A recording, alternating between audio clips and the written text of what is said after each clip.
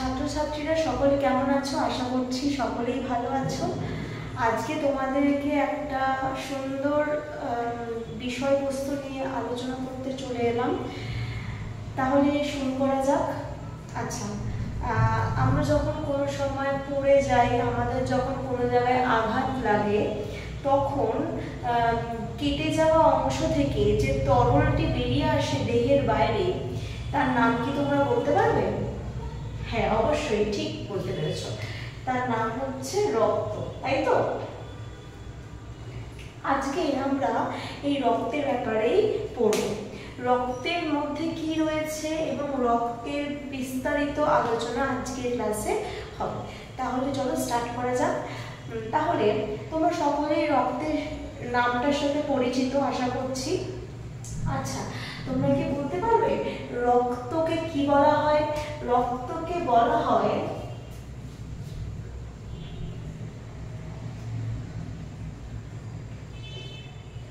যোগকলা, এবং এটি হলো একটি সংবহন মাধ্যম, তাই তো?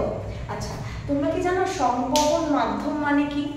আচ্ছা, সংবহন মাধ্যম মানে আমাদের শরীরে, যদি আমি বলি, আমাদের শরীরে হৃৎপিণ্ড থেকে শরীরের বিভিন্ন কোষে কোষে অক্সিজেন পরিবাহিত হয়, অক্সিজেন চলে আসে। অক্সিজেন প্রত্যেকটা কোষেরই দরকার, এবং কোষের মধ্যে যে উৎপন্ন দূষিত পদার্থ CO2, এই দূষিত পদার্থ CO2 আবার হৃৎপিণ্ডে ফিরে যায়। এই যে অক্সিজেনটা হৃৎপিণ্ড থেকে আসছে কোষে, কিসের মাধ্যমে আমরা বলতে পারবো? ধমনীর মাধ্যমে। ধমনীর মাধ্যমে কোষে কোষে আসছে, এবং দূষিত পদার্থ CO2 শিরার মাধ্যমে হৃৎপিণ্ডে আবার ফিরে যাচ্ছে। এই যে শিরা, ধমনী এবং হৃৎপিণ্ডের মধ্যে থেকে যে এই যে একটা তরল এই অক্সিজেন ও কার্বন ডাই অক্সাইডকে পরিবহন করছে, সেই তরলটার নাম হচ্ছে রক্ত। এবং এই যে পরিবহন করা এই যে পদ্ধতিটা, এই পদ্ধতির নাম হলো সংবহন তন্ত্র। যে তন্ত্র মানে কি বুঝি আমরা? অনেকগুলো অঙ্গের সমাহারে যখন প্রত্যেকটা অঙ্গ মিলে একটাই কাজ করছে, কর্ম সম্পাদন করছে, সেই প্রসেসটাকে বা সেই পদ্ধতিকে বলছি আমরা সংবহন তন্ত্র। তাহলে তোমরা সকলেই বুঝতে পারছো, সংবহন তন্ত্র মানে হচ্ছে যে তরলের মাধ্যমে কোষ থেকে কোষে, শুধুমাত্র আমি তোমাদেরকে কার্বন ডাই অক্সাইড আর অক্সিজেন বোঝালাম, শুধুমাত্র গ্যাস পরিবাহিত হয় তাই নয়, এছাড়াও আমাদের শরীরে পুষ্টিরস, যেরকম কার্বোহাইড্রেটের একটা সরলতম অণু হচ্ছে glucose, amino acid, fatty acid, এছাড়াও আরও যে গ্যাসের কথা বললাম, এছাড়াও খনিজ লবণ যেরকম হচ্ছে পটাশিয়াম, ক্যালসিয়াম, সোডিয়াম, হ্যাঁ, এই সমস্ত জিনিস, এবং সবথেকে গুরুত্বপূর্ণ হচ্ছে রেচন বস্তু, এই সমস্ত জিনিস, হরমোন, উৎসেচক, এই সমস্ত জিনিস যখন যে তরলের মাধ্যমে প্রত্যেকটা অঙ্গ থেকে অঙ্গতে পরিবাহিত হচ্ছে, তাকেই বলছি আমরা রক্ত, এবং পদ্ধতিটার নাম কি? সংবহন তন্ত্র। আশা করছি তোমরা সকলেই বুঝতে পেরেছো। তাহলে সংবহন মাধ্যম হিসেবে রক্তকে কিন্তু আমরা পড়ি। এছাড়াও সংবহন মাধ্যমের আরেকটা উদাহরণ তোমাদেরকে বলছি, তোমরা বলতে পারবে আরেকটা উদাহরণ সংবহন মাধ্যমের? লসিকা। লসিকাও কিন্তু আরেকটি উপাদান, তরল। ঠিক আছে, এবার আসছি যোগকলা। কেন বলা হয় রক্তকে? তোমরা সকলেই জানো কলা মানে কি? অনেকগুলো কোষ পর পর পর পর বসে তৈরি করে কলাতন্ত্র, তাই তো? তাহলে এই যে একসাথে পর পর পর পর বসে আছে যে কলাতন্ত্র, এরকম কিন্তু নয় যোগকলা। যোগকলা মানে হচ্ছে কানেকটিভ টিস্যু, কিছু কোনো অর্গানের সাথে, কোনো অঙ্গের সাথে কোনো অঙ্গকে কানেক্ট করে রেখেছে, একেই বলছি আমরা যোগকলা। যোগকলার মধ্যে রক্তকে যদি আমরা দেখি, তাহলে দেখব এর মধ্যে কি দেখি আমরা? তরল মাধ্যম। তাহলে রক্তর মধ্যে কিন্তু বেশিরভাগটা মানে 55% কিন্তু প্লাজমা আছে, তাই তো? 55% প্লাজমা আছে আর 45% কিন্তু রক্ত কোষ রয়েছে বা কণিকা রয়েছে, ঠিক আছে? তাহলে আমরা বুঝতেই পারছি যে বেশিরভাগটাই কিন্তু ধাত্র, ঠিক আছে? তাই একে বলা হয় যোগ কলা। এইটুকু তোমরা আশা করছি বুঝতে পেরেছো। এরপর আসি যে রক্তের পিএইচ। রক্তের পিএইচ তোমরা কি বলতে পারবে?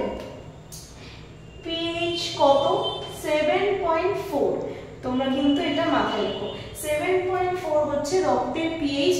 তাহলে আমরা এটাকে কি বলতে পারি? আম্লিক না ক্ষারীয়? অবশ্যই ক্ষারীয় মাধ্যম।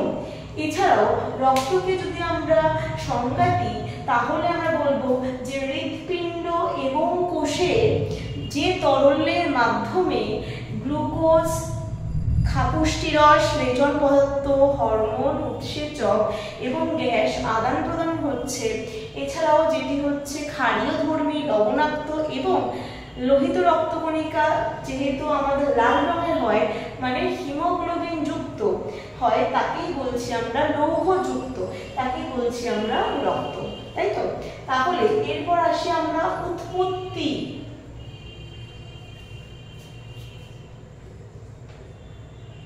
বা অরিজিন, উৎস। তাহলে তোমরা বলতে পারবে যে রক্তের উৎস কোথা থেকে হচ্ছে? আচ্ছা, যখন আমরা একদম ছোট ছিলাম মানে মায়ের পেটে ভ্রূণ অবস্থায় ছিলাম, তখন আমরা অনেক পরিস্ফুটনের অনেক ধাপ পড়েছি, যেরকম হচ্ছে মরুলা, ব্লাস্টুলা, গ্যাস্ট্রুলা, নিশ্চয়ই পড়েছি। এই যে যদি তোমরা না পড়ে থাকো তাহলে অবশ্যই তোমরা পড়বে আশা করছি ভবিষ্যতে। যখন আমরা ছোটবেলায় ছিলাম তখন একটা কোষে আমাদের জন্ম হয়েছিল, তখন আমাদের একটা কোষ ছিল যার নাম হচ্ছে জাইগোট। তো এগুলো আমরা এই চ্যাপ্টারে আলোচনা করছি না।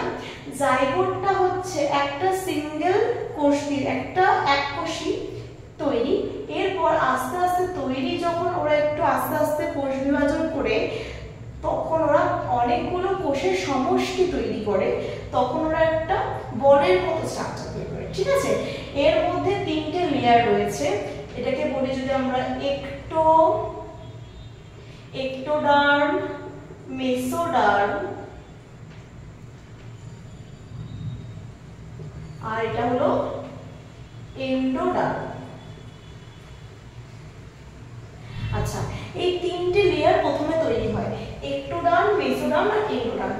এই মেসোডার্ম লেয়ার থেকে কিন্তু ভবিষ্যতে আমাদের রক্ত তৈরি হয়। এবার মেসোডার্ম যখন থেকে তৈরি হচ্ছে, যখন ভ্রূণ ছিলাম, এরপর আস্তে আস্তে যখন আমরা আস্তে আস্তে বড় হই মায়ের পেটেই, তখন মানে 2 সপ্তাহ পূর্বে আমাদের যকৃৎ বা প্লীহা থেকে, মনে রাখতে হবে, এরপর পরবর্তীতে যকৃৎ ও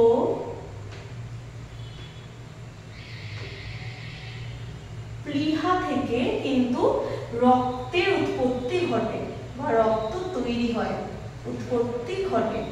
এরপরে যখন আমরা পুরোপুরি ম্যাচিওর হয়ে গেছি, পৃথিবীতে চলে এসেছি, জন্মগ্রহণ করে নিয়েছি, তখন আমাদের রক্ত কোথা থেকে তৈরি হয়? তখন তার পরবর্তীতে জন্মগ্রহণের পর আমাদের রক্ত তৈরি হয় অস্থিমজ্জা থেকে। অস্থিমজ্জা কি তোমরা কি জানো? অস্থিমজ্জা হচ্ছে আমাদের শরীরের সবথেকে বড় হাড়, কোথায় আছে? ফিমার, তাই তো? ফিমারের মধ্যে এই অস্থিমজ্জা, বা তোমরা বাংলায় নামটা অস্থিমজ্জা, ইংলিশের নামটা শুনে থাকবে বোন ম্যারো। বোন ম্যারো থেকে কিন্তু রক্তের উৎপত্তি হয়। তাহলে আমরা এতক্ষণে তো জেনেই গেলাম রক্ত কি, রক্ত কোথায় থাকে, কিভাবে তৈরি হলো, রক্তের পিএইচ কত, আমরা অনেক কিছু জেনে নিলাম। এরপরে আমরা যাচ্ছি রক্তের ভাগগুলো কি কি, তাই তো? রক্তের ভাগগুলো কি কি? তাহলে আমরা যদি এখানে রক্তের শ্রেণী বিভাগ করি তাহলে আমরা রক্তকে দেখব 2 ভাগ, প্লাজমা, আমি এক্ষুনি বললাম প্লাজমা মানে হচ্ছে যে ধাত্র বা তরল ফ্লুইডটা, আর রক্ত কণিকা, তাই তো? তাহলে প্লাজমাতে আমি বললাম প্লাজমাতে কিন্তু কি কি থাকে, প্লাজমাতে হচ্ছে জলের পরিমাণটা বেশি থাকে, তাহলে আমরা লিখব জল, আর লিখব জৈব অজৈব উপাদান। উপাদানের মধ্যে জৈব থাকে কিছু আর অজৈব কিছু থাকে উপাদান, ঠিক আছে? জল কত শতাংশ থাকে আমি বলেছিলাম, জল থাকে হচ্ছে 91 থেকে 92% কিন্তু জলই থাকে।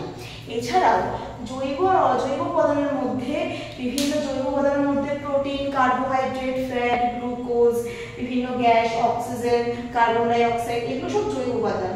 হ্যাঁ, পটাশিয়াম, ক্যালসিয়াম, খনিজ উপাদান, এগুলো সব জৈব উপাদান।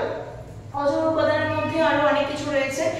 এছাড়াও এই জিনিসগুলো আমরা পড়লাম প্লাজমার থেকে। এবার আমরা পড়ব রক্তকণিকা সম্পর্কে। রক্তকণিকাকে তিন ভাগে ভাগ করা যায়, তোমরা সকলেই পরিচিত নামগুলো থেকে, যে লোহিত রক্তকণিকা, শ্বেত রক্তকণিকা আর অনুচক্রিকা, তাই তো? শ্বেত রক্তকণিকা, লোহিত রক্তকণিকা, অনুচক্রিকা, এগুলো কি? এগুলো হচ্ছে সেল মানে কোষগুলো, ঠিক আছে? কোষগুলো। এবার আমরা এই তিনটের ব্যাপারে কথা বলবো। এই লোহিত রক্তকণিকা কি আমরা জানি? লোহিত রক্তকণিকা কিন্তু ওভাল শেপের হয় এবং যার মধ্যে কি থাকে? যার মধ্যে থাকে হিমোগ্লোবিন। হিমোগ্লোবিন হিমোগ্লোবিন কি আমরা জানি? হিমোগ্লোবিন যদি আমরা নামটাকে ভাঙি তাহলে পাবো হিম প্লাস গ্লোবিন, তাই তো? হিম মানে কি? হিম মানে হচ্ছে লৌহ, হিম মানে হচ্ছে লোহা, আর গ্লোবিন মানে হচ্ছে প্রোটিন। তাহলে যে প্রোটিনের সাথে লোহা যুক্ত আছে তাকেই বলছি আমরা হিমোগ্লোবিন। তাহলে হিমোগ্লোবিনটা কি জিনিস বা কেন দরকার? এই লোহা আছে বলেই আমাদের রক্তের রং কি হয়? লাল হয়। কেন? লোহা আছে বলে। তাহলে হিমোগ্লোবিনটা কোথায় থাকে? এক্ষুনি বললাম লোহিত রক্তকণিকায়। এবার আসি, সবার রক্ত কি লাল হয়? না, সবার রক্ত তো লাল হয় না। কাদের কাদের রক্তে হিমোগ্লোবিন থাকে? তাহলে চলো জেনে নিই। তাহলে হিমোগ্লোবিন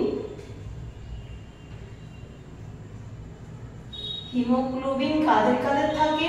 সমস্ত মেরুদণ্ডী প্রাণী এবং কেঁচো, জোঁক, এদের হিমোগ্লোবিন থাকে।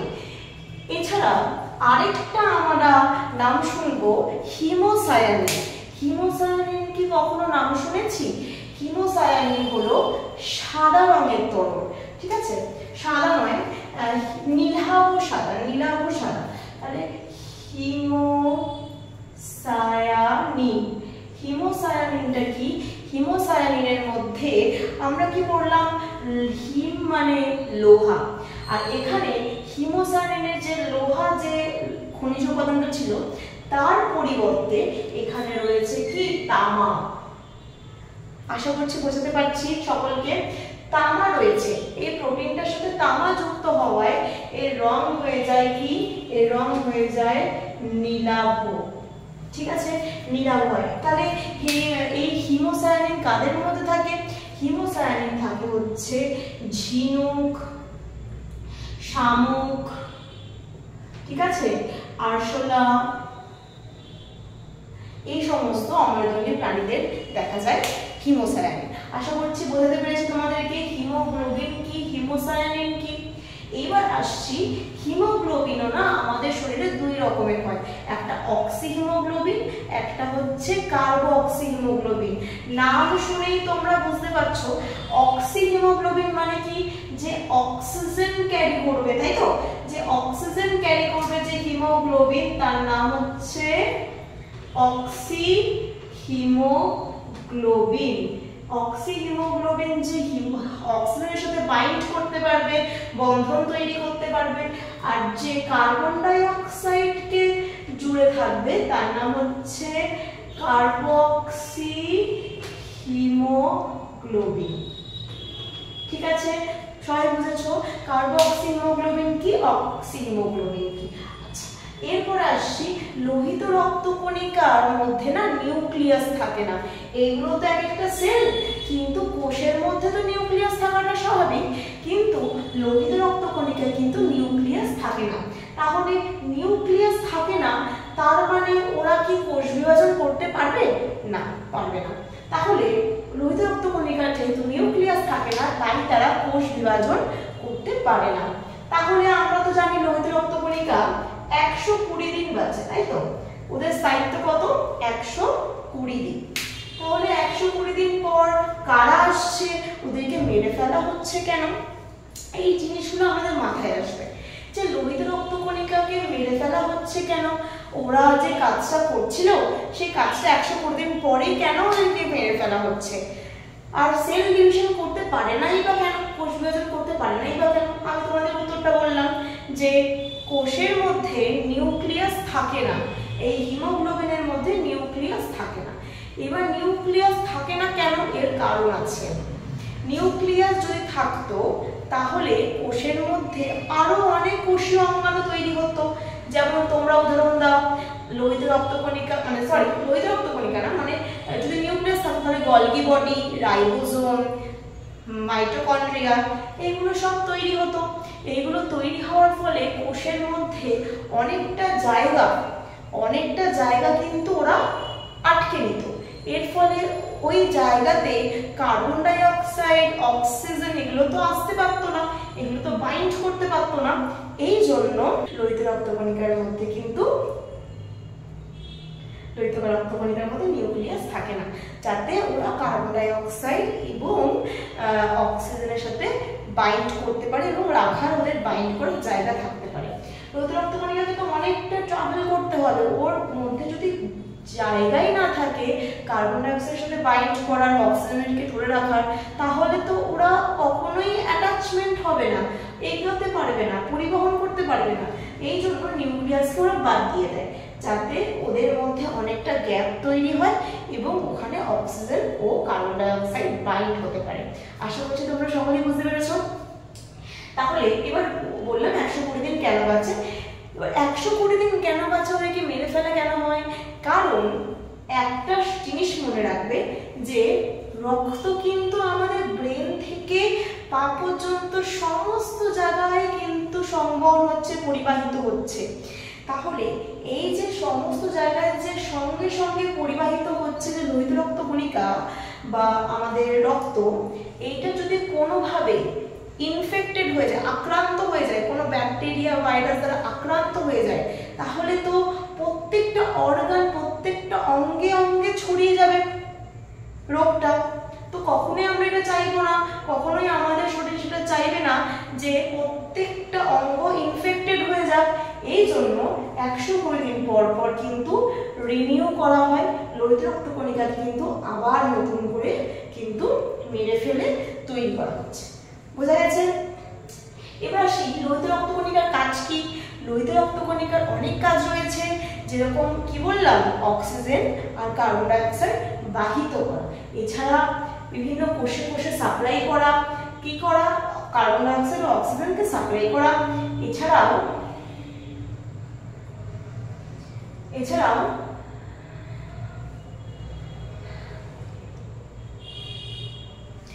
আমাদের শরীরে যে হরমোনগুলো তৈরি হচ্ছে, উৎসেচকগুলো তৈরি হচ্ছে, রক্তের মাধ্যমেই সেটা কোষে কোষে পৌঁছাচ্ছে এবং কোষে কোষে যে দূষিত পদার্থগুলো তৈরি হচ্ছে সেইগুলো কিন্তু রক্তের মাধ্যমেই কিন্তু বাইরে বেরিয়ে যাচ্ছে।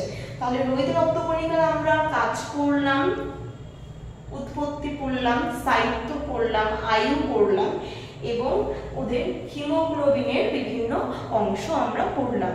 এছাড়াও এবার আমরা পড়ব শ্বেত রক্তকণিকার ব্যাপারে। শ্বেত রক্তকণিকাকে যদি আমরা দেখি, এটাকে আমরা দুই ভাগে ভাগ করতে পারি, একটা হচ্ছে অদানাদার, একটা হচ্ছে দানাদার। অদানাদারের মধ্যে কি পড়ছে? অদানাদারে পড়ছে হচ্ছে মনোসাইট, আর একটা হচ্ছে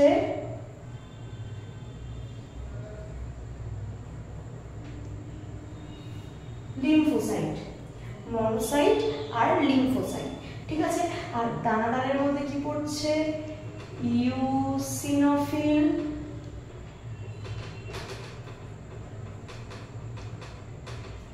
বেসোফিল, আর একটা হচ্ছে নিউট্রোফিল।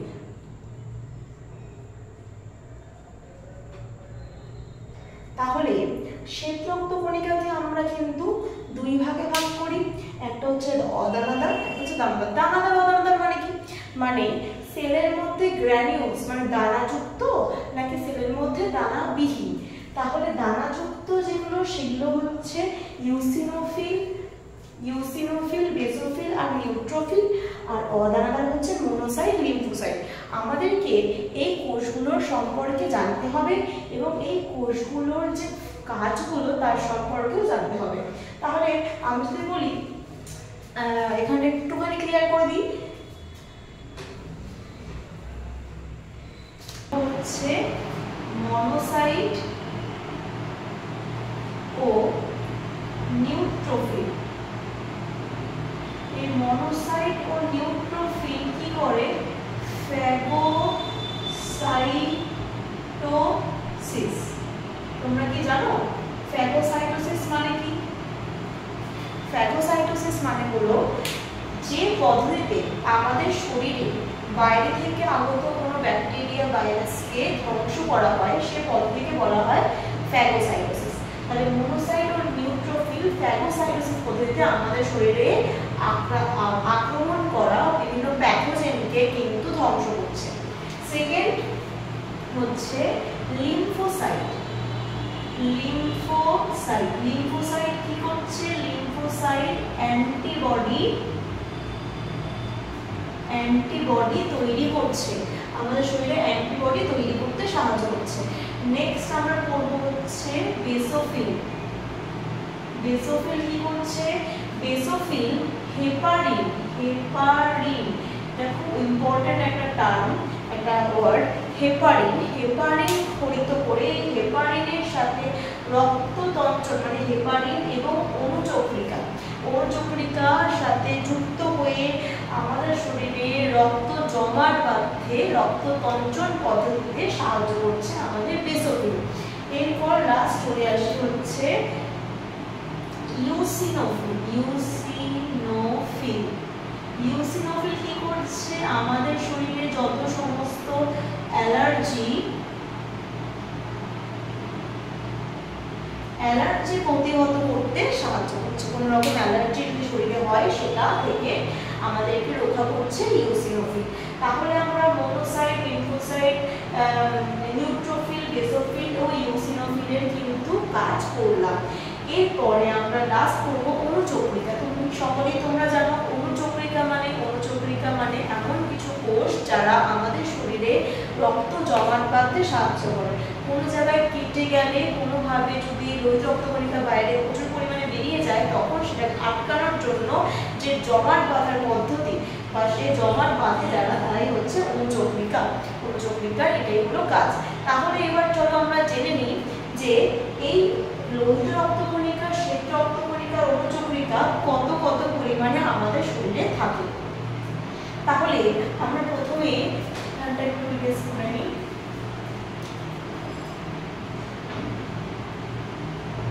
লোহিত রক্তকণিকা পুরুষদের ক্ষেত্রে ও মহিলাদের ক্ষেত্রে কত থাকে বলতে পারবে? পুরুষদের ক্ষেত্রে থাকে হচ্ছে 5 লক্ষ, মহিলাদের ক্ষেত্রে থাকে 4.5 লক্ষ। ঠিক আছে, তাহলে এটা কিন্তু আমাদের মাথায় রাখতে হবে। এবং আমাদের পুরো শরীরে রক্ত কতটা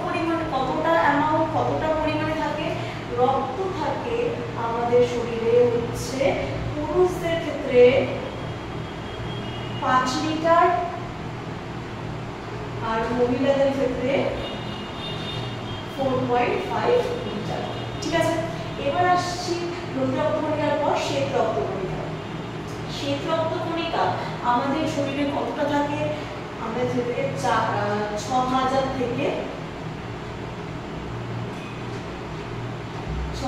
থেকে 8000।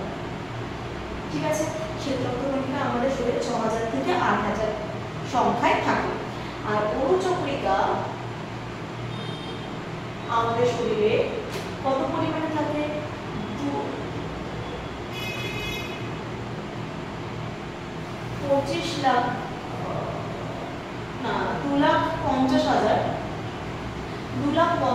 থেকে 5 লাখ। ঠিক আছে, 2,50,000 থেকে 5 লাখ সংখ্যায় থাকছে অনুচক্রিকা। এইবার তোমরা জানো যে কতদিন থাকে, মানে কতদিন ধরে রয়েছে। লোহিত রক্তকণিকা যেরকম আমরা কথা বললাম 120 দিন বাঁচে, শ্বেত রক্তকণিকা বাঁচে হচ্ছে 1 থেকে 5 দিন, 1 থেকে 5 দিন। আর অনুচক্রিকা কতদিন বাঁচে? অনুচক্রিকা কিন্তু মোটামুটি 8 থেকে 9 দিন পর্যন্ত বাঁচে। ঠিক আছে, তাহলে আজকে আমরা রক্ত কি, রক্তের পিএইচ কি, রক্তের শ্রেণীবিভাগ, রক্তের উৎপত্তি, রক্তের কি থেকে তৈরি হলো এবং এখন কিভাবে তৈরি হয়, কতদিন বাঁচে, এবং রক্তের যে বিভিন্ন যে উপাদান তাদের কাজ এবং তাদের প্রত্যেকেরই সম্পর্কে আমরা জানলাম। তাহলে আজকে এইটুকুই। তোমাদের ক্লাসটি কেমন লাগলো অবশ্যই জানাবে। থ্যাংক ইউ, দেখা হচ্ছে নেক্সট ক্লাসে। সকলেই কমেন্টে জানিও তোমাদের সকলের কেমন লাগলো। ধন্যবাদ।